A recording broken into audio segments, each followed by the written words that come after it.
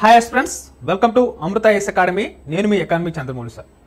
So మనం previous year క్వశ్చన్స్లో భాగంగా ఈరోజు నేషనల్ ఇన్కమ్ అనే టాపిక్కి సంబంధించి ఏపీపీఎస్సీ గ్రూప్ 2 2008లో ఇచ్చినటువంటి ప్రశ్న చూద్దాం. సో పొదుపు దేనికి ప్రాతినిధ్యం వహిస్తుంది అని మనకు ప్రశ్న ఇచ్చాడు.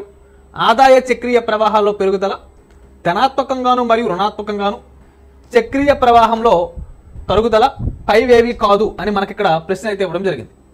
సో చూద్దాం. పొదుపు అంటే మీనింగ్ ఏంటమ్మా? సేవింగ్స్.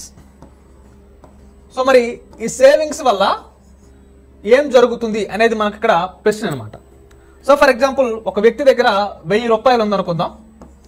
ఈ 1000 రూపాయలని ఆ వ్యక్తి ఖర్చు చేశాడు అనుకుందాం. అంటే ఏ ఒక వ్యక్తి దగ్గర 1000 రూపాయలు ఉంటే అది మొత్తం ఖర్చు చేసి బి వద్దకు వచ్చింది. మరి బి ఏం చేశాడు? దీన్ని మళ్ళీ ఈ 1000 రూపాయలు మళ్ళీ ఖర్చు చేశాడు అనుకుందాం. అంటే మన దగ్గర ఉన్నటువంటి డబ్బులు ఏవైతే ఉంటాయో ఆ డబ్బుల్ని మనం ఎప్పటికప్పుడు ఖర్చు చేస్తూ ఉన్నట్లయితే ఆర్థిక ప్రవాహం అనేది పెరుగుతుంది. ఒకవేళ ఏ ఒక వ్యక్తి తన దగ్గర ఉన్నటువంటి 1000 రూపాయల్లో కేవలం 400 రూపాయలు మాత్రమే ఖర్చు పెట్టి 600 రూపాయలని దాచిపెట్టుకున్నాడు అనుకుందాం. అప్పుడు ఆర్థిక వ్యవస్థ అనేది ఎలా అవుతుందంటే స్తంభించిపోతుంది. ఇక్కడ ఆర్థిక వ్యవస్థ ఏమో ఆర్థిక కార్యకలాపాలు ఎప్పటికప్పుడు జరుగుతూ ఉండడం వల్ల మరి ఆర్థిక వ్యవస్థ అంతా కూడా సక్రమంగా సాగుతుంది. కానీ ఇక్కడ ఏమైంది?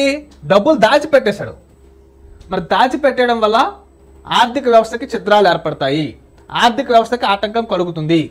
ఎప్పుడైతే నువ్వు ఖర్చు చేస్తూ ఉన్నావో పెట్టుబడులు ఎక్కువగా వస్తాయి. పెట్టుబడులు ఎక్కువగా వస్తే లాభాలు ఎక్కువగా వస్తాయి, ఆర్థిక వ్యవస్థ బలంగా మారుతుంది. ఎప్పుడైతే నువ్వు ఖర్చు పెట్టకుండా దాచిపెట్టేసావో, సేవింగ్స్ చేసేసావో, అప్పుడు నీకు ఇబ్బందులు ఏర్పడతాయి. కాబట్టి మనకు చక్రీయ ఆదాయ ప్రవాహం అనే టాపిక్ మరి నేషనల్ ఇన్కమ్లో భాగంగా చెప్తాం. ఇందులో మనకి 2 రంగాల నమూనా, 3 రంగాల నమూనా, 4 రంగాల నమూనాని ఇలా 3 రంగాలతో నమూనాలు చెప్తాం. సో మరి 2 రంగాల నమూనాలో సేవింగ్స్ ఉంటాయి, అలాగే ఇన్వెస్ట్మెంట్స్ ఉంటాయి. ఈ 2 రంగాల నమూనాలో సేవింగ్స్ ఏవైతే ఉంటాయో వాటిని మనం లీకేజెస్ అని పిలవడం జరుగుతుంది. ఇన్వెస్ట్మెంట్ ఏదైతే ఉంటుందో దాన్ని మనం ఇంజెక్షన్ అని పిలవడం జరుగుతుంది. సో అంటే ఇక్కడ మనకు ఛిద్రములు ఏవి సార్ అంటే సేవింగ్స్, అంటే ఆర్థిక వ్యవస్థని బలహీనపరుస్తాయి.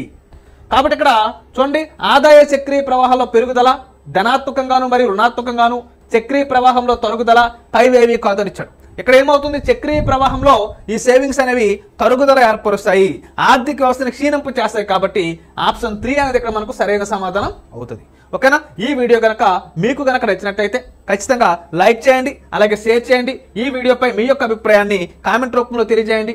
ఇంకా ఎవరైనా సరే మన ఛానల్ సబ్స్క్రైబ్ చేసుకోకపోతే సబ్స్క్రైబ్ చేసుకోండి. ఓకేనా? Thank you.